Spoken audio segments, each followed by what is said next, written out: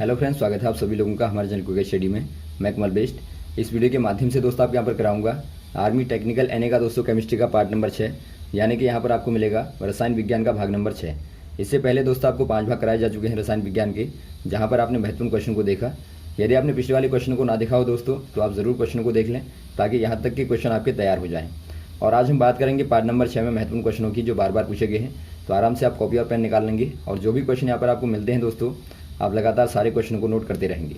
तो देखिए शुरू करते हैं। पहला क्वेश्चन क्या दिखता है दोस्तों आपको, निम्न में से कौन सा अम्ल अधिक प्रबल होता है, यानी कि आपको बताना है विच acid is most strong in the following. ये क्वेश्चन बार बार आता है दोस्तों, जो कि आपको बताना होता है मोस्ट स्ट्रॉन्ग एसिड। तो यहाँ पर आप क्या करेंगे, देखिए जब भी आपको दिया होगा तो यहाँ पर आप देखेंगे दोस्तों जो आपके विड्रॉ ग्रुप होते हैं, यानी एक प्रकार से आप कहेंगे the stronger electron withdrawing group the greater is acidic strength. यानी एक प्रकार से आप देखेंगे दोस्तों, जो जितना ज़्यादा स्ट्रोंगर इलेक्ट्रॉन विड्रॉइंग ग्रुप होगा उतना ही ज़्यादा वो ज़्यादा एसिडिक नेचर का होगा, यानी दोस्तों मजबूत एसिडिक होगा या फिर आप कहें स्ट्रॉन्ग एसिडिक नेचर का होगा। तो यहाँ पर आप देखते हैं क्लियर दोस्तों, जो हेलोजन होते हैं एक प्रकार से क्या होते हैं, इलेक्ट्रॉन विड्रॉइंग होते हैं। यहाँ पर देखिए इलेक्ट्रॉन विड्रॉइंग होता क्या है दोस्तों, इलेक्ट्रॉन जो विदड्रॉइंग कहते हैं आप, इसमें क्या होता है, जो ग्रुप होता है दोस्तों वो रिएक्शन सेंटर से इलेक्ट्रॉनों को दूर ले जाता है। यानी आप कह देंगे जो आपका ग्रुप होगा वो क्या करेगा, इलेक्ट्रॉन्स को रिएक्शन सेंटर से दूर ले जाएगा, अवे फ्रॉम, आप कह देंगे अवे फ्रॉम रिएक्शन सेंटर। तो यहाँ पर आप देखिए ऐसा ग्रुप आपका हेलोजन का होता है। तो हेलोजन में दोस्तों यहाँ पर चूँकि मेनली आपका फ्लोरीन होता है और क्लोरीन होता है, ब्रोमीन होता है, आयोडीन होता है। तो यहाँ पर आप देखिए जो फ्लोरीन होता है दोस्तों क्या होता है, मोस्ट स्ट्रॉन्ग विदड्रॉइंग ग्रुप होता है। बाद में आप क्लोरीन को देखेंगे, ये दोस्त आपका उसके मुकाबले कम होता है, बाद में ब्रोमीन कम होता है, बाद में आयोडीन उससे भी कम होता है। तो यहाँ पर आपने क्या देखा दोस्तों, आपने क्लियर देखा जो सर्वाधिक इलेक्ट्रॉन विड्रॉइंग ग्रुप होगा वो आपका फ्लोरो वाला हो जाएगा। यानी कि जो आपका दोस्तों FCH2COOH होता है ये आपका सर्वाधिक स्ट्रॉन्ग होगा। बाद में हो जाएगा आपका ClCH2COOH, और बाद में हो जाएगा ब्रोमो वाला, और बाद में दोस्तों हो जाएगा आयोडो वाला, और आखिर में आप लिखेंगे CH3COOH को, यानी एसिटिक एसिड को आप बाद में लिखेंगे। ये दोस्तों आपका लेस स्ट्रेंथ वाला होगा इनमें से। तो ऑप्शन नंबर कौन सा वाला हो जाएगा दोस्तों, ऑप्शन नंबर डी वाला हो जाएगा, ये आपका मोस्ट स्ट्रॉन्ग एसिड होगा। और वैसे आप लिस्ट बताएंगे तो आपका ए वाला हो जाएगा। तो इनको आप याद रखेंगे ताकि आप आराम से कर पाएँ। अगला क्वेश्चन देखिए दोस्तों, एक न्यूक्लियोफिलिक अभिकर्मक के पास हमेशा डैश अवश्य होता है, यानी कि आपको बताना है nucleophilic reagent has always unnecessarily क्या होता है दोस्तों। पहला आपको दिया है couple of negative charge, couple of positive charge, या अ पॉजिटिव इलेक्ट्रॉन, या नन ऑफ दीज। यहाँ पर देखिए दोस्तों आपको समझना है पहले दो प्रकार के रिएजेंट होते हैं। रिएजेंट यानी कि दोस्तों एक प्रकार से अभिकर्मक जो होते हैं, अभिकर्मक जो रिएक्शन करते हैं दोस्तों दो प्रकार के होते हैं। पहला प्रकार होता है दोस्तों आपका न्यूक्लियोफिलिक का, न्यूक्लियोफिलिक होता है। दूसरा होता है इलेक्ट्रोफिलिक होता है। न्यूक्लियोफिलिक में क्या होता है दोस्तों, ये एक प्रकार से न्यूक्लियस लवर होते हैं। न्यूक्लियस लवर नाम से आपको मालूम हो रहा होगा, यानी एक प्रकार से दोस्तों क्या चाहते हैं, इलेक्ट्रॉनों को डोनेट करना चाहते हैं, इलेक्ट्रॉन डोनेट करना चाहते हैं। और वैसे आप इलेक्ट्रोफिलिक को देखेंगे तो ये क्या होते हैं दोस्तों, ये एक प्रकार से इलेक्ट्रॉन लवर होते हैं। यानी एक प्रकार से क्या करते हैं, ये इलेक्ट्रॉनों को दोस्तों लेने का या फिर आप कहें इलेक्ट्रॉनों को ग्रहण करने की प्रॉपर्टी को रखते हैं, कंटेन करने की प्रॉपर्टी रखते हैं। तो यहाँ पर देखेंगे दोस्तों आप पॉजिटिव चार्ज को आप देखेंगे, और यहाँ पर आप देखते हैं नेगेटिव चार्ज को, क्योंकि दोस्तों यहाँ पर ये हमेशा क्या होते हैं, लोन पेयर वाले होते हैं। और इनमें क्या खासियत होती है दोस्तों, जो भी न्यूक्लियोफिलिक होगा हमेशा ही एक पेयर ऑफ इलेक्ट्रॉन को, हमेशा ही दोस्तों एक 1 pairs of electron donate to electrophilic and form a covalent bond. यानी एक प्रकार से दोस्तों आप कह देंगे ये हमेशा क्या करता है, जो न्यूक्लियोफिलिक होता है इलेक्ट्रोफिलिक को दोस्तों पेयर ऑफ इलेक्ट्रॉन देने के बाद उसके साथ में कोवलेंट बॉन्ड बनाता है। यानी कि आप यहाँ पे न्यूक्लियोफिलिक को लें, यहाँ पे कोई न्यूक्लियोफिलिक आप ले लें दोस्तों, और यहाँ पे इलेक्ट्रोफिलिक को आप लें, तो यहाँ पर आप देखेंगे न्यूक्लियोफिलिक जो है वो इलेक्ट्रोफिलिक के साथ में कोवलेंट बॉन्ड बना लेगा और यहाँ पे आपका Cl अलग हो जाएगा। तो यहाँ पर आप देखते हैं क्लियरली, यही दोस्तों न्यूक्लियोफिलिक कहलाता है। तो ऑप्शन नंबर कौन सा हो जाएगा दोस्तों? पहला वाला हो जाएगा कपल ऑफ नेगेटिव चार्ज, यानी कि दोस्तों एक ऋणात्मक आवेश जुड़ा हमेशा ही रहता है। और वैसे आप बात करेंगे इलेक्ट्रोफिलिक की, तो इनके पास में दोस्तों आप एग्जाम्पल के तौर पर देखें इलेक्ट्रोफिलिक को, तो यहाँ पर आपका CH2 पॉजिटिव जो है ये दोस्तों एक प्रकार से क्या है, इलेक्ट्रोफिलिक है। और वैसे आप नेगेटिव वाले को देखेंगे दोस्तों, जो आपका फॉर एग्जांपल आप देखें CH3OH को देखेंगे, तो ये आपका क्या हो जाएगा, ये दोस्तों आपका न्यूक्लियोफिलिक हो जाएगा। अगला क्वेश्चन देखिए दोस्तों, which salt are insoluble in water. बहुत ही महत्वपूर्ण क्वेश्चन है। निम्न में से कौन लवण जल में अघुलनशील है। ये क्वेश्चन दोस्तों बार बार पूछा जाता है, आराम से आप देखेंगे। आपको यहाँ पर देखिए क्या बताना है, वाटर एक आपका होता है इनसॉल्युबल, एक होता है दोस्तों सॉल्युबल, यानी कि एक प्रकार से आपका घुलनशील होगा ये, और ये दोस्तों अघुलनशील होगा, यानी कि नहीं घुलने वाला होगा। तो यहाँ पर आप देखेंगे कौन से वाले प्रकार के दोस्तों सॉल्युबल होते हैं, कौन से वाले इनसॉल्युबल होते हैं, इनको आप नोट कर लेंगे ताकि आप एग्जाम में आने पे इनके अदर जो आएंगे उनको भी दोस्तों आप आराम से कर पाएँ। पहला दोस्तों यदि आप बात करें ऑल नाइट्रेट जो होते हैं, यहाँ पर आपको देखिए चूंकि नाइट्रेट दिया है तो आपके सारे के सारे नाइट्रेट दोस्तों, ऑल नाइट्रेट जो होते हैं वो सारे दोस्तों आपके सॉल्युबल होते हैं। नेक्स्ट आपका देखिए आपको दिया है कार्बोनेट, तो कार्बोनेट में दोस्तों आपके जो मोस्ट कार्बोनेट होते हैं, कार्बोनेट्स होते हैं दोस्तों वो आपके अघुलनशील होते हैं, यानी कि इनसॉल्युबल होते हैं। तो यहाँ पर आप देखते हैं मोस्ट कार्बोनेट इनसॉल्युबल होंगे लिक्विड में, वाटर में। और यदि आप बात करें दोस्तों सोडियम की या पोटेशियम की या अमोनियम की दोस्तों, इनके जो कार्बोनेट होते हैं केवल वही आपके सॉल्युबल होते हैं, यानी कि सोडियम, पोटेशियम और अमोनियम कार्बोनेट दोस्तों क्या हो जाएंगे, सॉल्युबल हो जाएंगे। और अदर जो आपके कार्बोनेट होते हैं सारे के सारे क्या हो जाएंगे, इनसॉल्युबल इन वाटर हो जाएंगे। वैसे ही आपका नेक्स्ट आता है जो AgCl होता है दोस्तों, AgCl आपका यानी एक प्रकार से आप कहेंगे जो मेटल क्लोराइड होता है दोस्तों, ये आपका इनसॉल्युबल होता है AgCl केवल। और जो मोस्ट होते हैं यानी सर्वाधिक और जो इसके अलावा होते हैं दोस्तों मोस्ट क्लोराइड, वो दोस्तों आपके सॉल्युबल होते हैं। यानी एक प्रकार से आप कहेंगे इनके अलावा यदि आप देखें NaCl को देखें या KCl को देखें या अदर क्लोराइड को देखें दोस्तों, तो वो सारे क्या होते हैं, सॉल्युबल इन वाटर होते हैं। तो यहाँ पर आप देखते हैं क्लोराइड आपके सॉल्युबल हो गए, नाइट्रेट आपके सॉल्युबल हो गए, और कार्बोनेट्स दोस्तों आपके क्या हो गए, Pb और Cu आपको दिया चुके। तो यहाँ पर आप देखते हैं दोस्तों Pb यानी कि लेड कार्बोनेट और Cu यानी कि कॉपर जो कार्बोनेट होता है वो दोस्तों हमेशा क्या होंगे, वाटर में इनसॉल्युबल हो जाएंगे। तो यहाँ पर आप देखते हैं ऑप्शन नंबर आपका सी वाला बिल्कुल सही हो जाएगा। वैसे आप बात करें दोस्तों फॉस्फेट से की, तो फॉस्फेट भी दोस्तों आपके सॉल्युबल होते हैं। तो यहाँ पर आप इनको भी नोट कर लेंगे ताकि एग्जाम में आने पर आराम से आप कर पाएँ।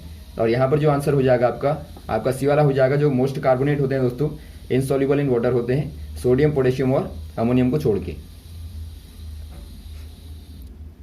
अगला क्वेश्चन देखिए दोस्तों, रासायनिक उर्वरक नाइट्रोलियम में कौन से घटक हैं, यानी कि आपको बताना है which constituents present in chemical fertilizer nitrolim. दोस्तों यहाँ पर देखिए जो एक प्रकार का फर्टिलाइजर होता है दोस्तों, यानी कि उर्वरक होता है नाइट्रोलियम, आप इसको कहते हैं। नाइट्रोलियम जो होता है दोस्तों, आपको बताना है किसका मिश्रण होता है, यानी कि इसमें क्या क्या होता है आपको बताना है। जो नाइट्रोलियम होता है दोस्तों, ये आपका कैल्शियम साइनाइड और कार्बन का दोस्तों मिश्रण होता है। यानी कार्बन कहें या फिर आप दोस्तों इसको ग्रेफाइट भी लिखा हुआ रहता है। ग्रेफाइट चूंकि आप जानते हैं कार्बन का ही अपर रूप होता है, तो कभी कभार दोस्तों आपको हो सकता है ग्रेफाइट भी लिख के दिया रहता है, तो आप दोनों को ही नोट कर लेंगे, कार्बन कहें या फिर आप ग्रेफाइट कहें एक ही बात है। तो यहाँ पर आप देखते हैं दोस्तों कैल्शियम साइनाइड और कार्बन ग्रेफाइट मिलके दोस्तों क्या बनाते हैं, ये दोस्तों नाइट्रोलियम बनाते हैं, नाइट्रोलियम को बनाते हैं। यानी कि आप कह सकते हैं जो कैल्शियम साइनाइड होता है दोस्तों, वो बनता है कैल्शियम कार्बाइड से और नाइट्रोजन से। यानी कि यहाँ पर आप देखेंगे जो कैल्शियम कार्बाइड होता है यानी कि CaC2 होता है, और आप इसकी रिएक्शन करते हैं नाइट्रोजन के साथ में, तो यहाँ पर आपको मिलता है CaCN का होल ट्वाइस, यानी कि कैल्शियम साइनाइड, और धन कर देते हैं आप दोस्तों कार्बन। यानी यहाँ पर आप देखते हैं दोस्तों क्या बना, ये आपके पास में नाइट्रोलियम बनता है। और नाइट्रोलियम किससे बना दोस्तों, ये आपका बनता है कैल्शियम कार्बाइड और नाइट्रोजन की रिएक्शन के साथ में।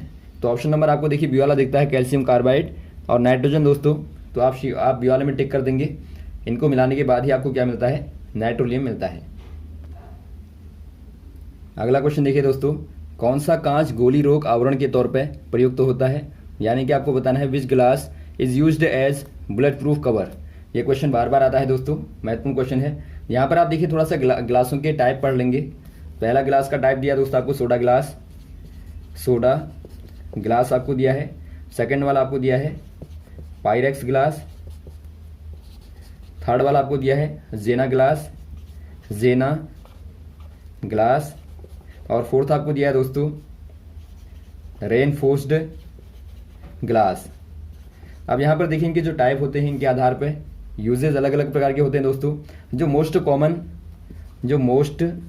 कॉमन यानी कि जो सर्वाधिक सामान्य जो ग्लास होता है दोस्तों, यानी सर्वाधिक इस्तेमाल होने वाला, वो आपका होता है सोडा ग्लास, या फिर आप इसको कहते हैं कभी कभार सोडा लाइम ग्लास, क्योंकि दोस्तों यहाँ पर आपका सिलिका रहता है और साथ में दोस्तों आपका सोडियम नाइट्राइट रहता है और साथ में आपका रहता है यहाँ पर CaO यानी कि लाइम, एक प्रकार से आप कहते हैं चूना पत्थर दोस्तों।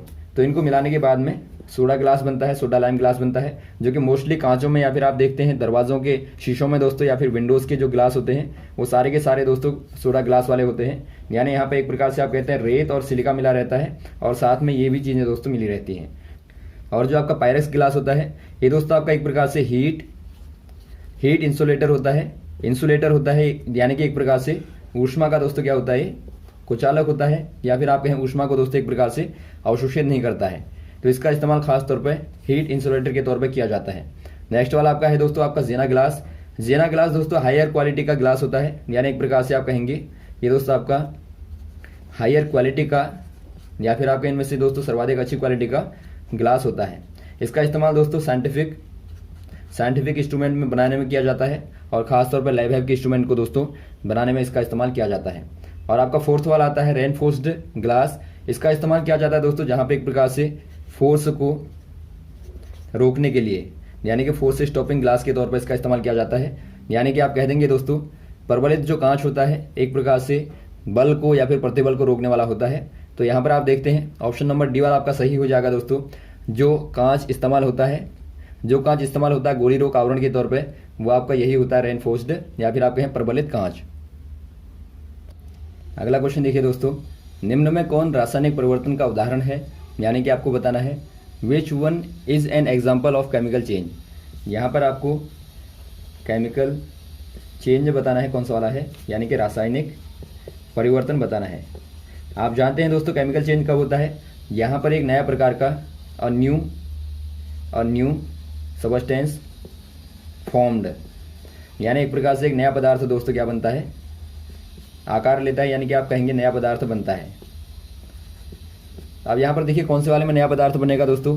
पहला आपको दिया है डिस्टिलेशन ऑफ सी वाटर, यानी एक प्रकार से आप कहेंगे समुद्री जल का अशुद्ध होना। सेकंड आपको दिया है मल्टिंग ऑफ आइस, यानी कि बर्फ का पिघलना। थर्ड वाला आपको दिया है मैग्नीशियम बर्न विद एयर, यानी मैग्नीशियम का वायु में जलना। और फोर्थ वाला आपको दिया है सब्लिमेशन ऑफ आयोडीन, यानी कि आयोडीन का दोस्तों ऊर्ध्वपातन। तो यहाँ पर आप सारे देखते हैं दोस्तों, आपका जो सी वाला है इसके अलावा देखते हैं सारे के सारे फिजिकल चेंज हैं, यानी यहाँ पर केवल भौतिक अवस्थाओं में परिवर्तन होता है, न कि दोस्तों केमिकली कोई चेंज होता है। तो यहाँ पर आप यदि देखें दोस्तों मैग्नीशियम को जब आप बर्न करते हैं एयर में, बर्न करने का मतलब हमेशा होता है दोस्तों ऑक्सीजन की रिएक्शन करते हैं आप मैग्नीशियम के साथ में, तो यहाँ पर आपको मैग्नीशियम ऑक्साइड मिलता है। यानी कि यहाँ पर आपने देखा मैग्नीशियम और O2 के साथ में रिएक्शन करने के बाद दोस्तों न्यू सबस्टेंस बनता है, यानी कि एक प्रकार से केमिकल चेंज यहाँ पे होता है दोस्तों। तो ऑप्शन नंबर आपका हो जाएगा सी वाला, मैग्नीशियम बर्न विद एयर। अगला क्वेश्चन देखिए दोस्तों, निम्न में कौन यौगिक नहीं है, यानी आपको बताना है which is not a compound. यहाँ पर देखिए दोस्तों कौन सा वाला कंपाउंड नहीं होगा, रेड ग्लास यानी कि लाल शीशा, या ब्लू ग्लास, या सिलिकॉन, या फिर स्लैक्ड लाइम। यहाँ पर आप क्लियर देखते हैं दोस्तों जो सिलिकॉन है एक प्रकार से क्या है दोस्तों, ये एक प्रकार से एलिमेंट होता है केवल एक। और आप जानते हैं एक यौगिक होने के लिए यानी कि कंपाउंड होने के लिए यानी कि यौगिक होने के लिए क्या आवश्यक होता है दोस्तों, कम से कम 2 एलिमेंट होने चाहिए और इनके बीच में दोस्तों समानुपात होना चाहिए, यानी कि एक प्रकार से आप कहेंगे ये कंबाइन विद और फिक्स्ड रेशियो, यानी कि यह एक प्रकार से समान अनुपात के साथ में दोस्तों कंबाइन होनी चाहिए तो ही एक प्रकार से यौगिक बनता है। फॉर एग्जांपल आप देखें CO2 को देखेंगे, कार्बन डाइऑक्साइड को, तो यह एक प्रकार से यौगिक है, कंपाउंड है। या H2O को देखें, यह एक प्रकार से कंपाउंड है। तो ये सारे कंपाउंड होते हैं। लेकिन यहाँ पर कोई एलिमेंट दोस्तों, यदि आप N को ले लें, Fe को ले लें, या कार्बन को ले लें, या सिलिकॉन को ले लें, ये सारे के सारे क्या हैं, एलिमेंट हैं, न कि कंपाउंड। तो ऑप्शन नंबर आप सी वाले में टिक कर देंगे, सिलिकॉन एक एलिमेंट है। अगला क्वेश्चन देखिए दोस्तों, जब एक क्षार धातु जल से अभिक्रिया करती है तो निम्न में से क्या निकलता है। यानी कि आपको बताना है when an alkaline metal react with water then which is removed. दोस्तों यहाँ पर देखिए आप रिएक्शन कराएंगे, कोई एल्कली मेटल आप एलिमेंट ले लेंगे। एल्कली मेटल आप जानते हैं दोस्तों, सारे एस ब्लॉक के एलिमेंट जो होते हैं पहले कॉलम के सारे एल्कली मेटल होते हैं। माना आप लिथियम को ले लें, यदि आप लिथियम को लें, लिथियम प्लस वाटर आप करें दोस्तों, तो यहाँ पर क्या मिलता है आपको, लिथियम हाइड्रोक्साइड और प्लस आपको मिलता है दोस्तों हाइड्रोजन। यानी कि आप देखते हैं यहाँ पर हाइड्रोजन रिमूव होती है। यदि आप रिएक्शन को करना चाहें तो आप लिथियम को लें धन H2 को ले लें दोस्तों, तो यहाँ पर आप देखेंगे लिथियम हाइड्रोक्साइड और प्लस H2 निकलती है। तो यहाँ पर आप कह देंगे हाइड्रोजन गैस दोस्तों रिलीज होती है हमेशा ही। तो ऑप्शन नंबर आपका ए वाला सही हो जाएगा। और क्या बनता कहा जाएगा, तो आप कह देंगे हाइड्रोक्साइड फॉर्म्ड होता है, यानी मेटल हाइड्रोक्साइड दोस्तों, मेटल हाइड्रोक्साइड यहाँ पर बनता है। लिथियम हाइड्रोक्साइड या सोडियम हाइड्रोक्साइड या पोटेशियम हाइड्रोक्साइड जो भी आप रिएक्शन करेंगे वो आपको फॉर्म होगा। अगला क्वेश्चन देखिए दोस्तों, कौन सा गुण जल का अच्छा विलायक होने के लिए कारण है। यानी आपको बताना है which one is the reason of water is a good solvent. दोस्तों यहाँ पर देखिए आप जानते हैं जो वाटर होता है, वाटर यानी कि जो पानी होता है दोस्तों, इसको कहा जाता है यूनिवर्सल सोलवेंट, यानी कि एक प्रकार से सार्वत्रिक विलायक कहा जाता है। यानी विलायक क्या होता है दोस्तों, जो कि दूसरे पदार्थों को घोलने वाला होता है। आप जानते हैं दोस्तों, आप कोई भी लिक्विड ले लें, सर्वाधिक मॉलिक्यूल्स को घोलने वाला होता है जो, यानी कि जो सर्वाधिक जो मैक्सिमम मॉलिक्यूल्स को घोलेगा दोस्तों वो वाटर ही होता है, यानी कि जल ही होता है। तो इसीलिए इसको कहा जाता है यूनिवर्सल सोलवेंट।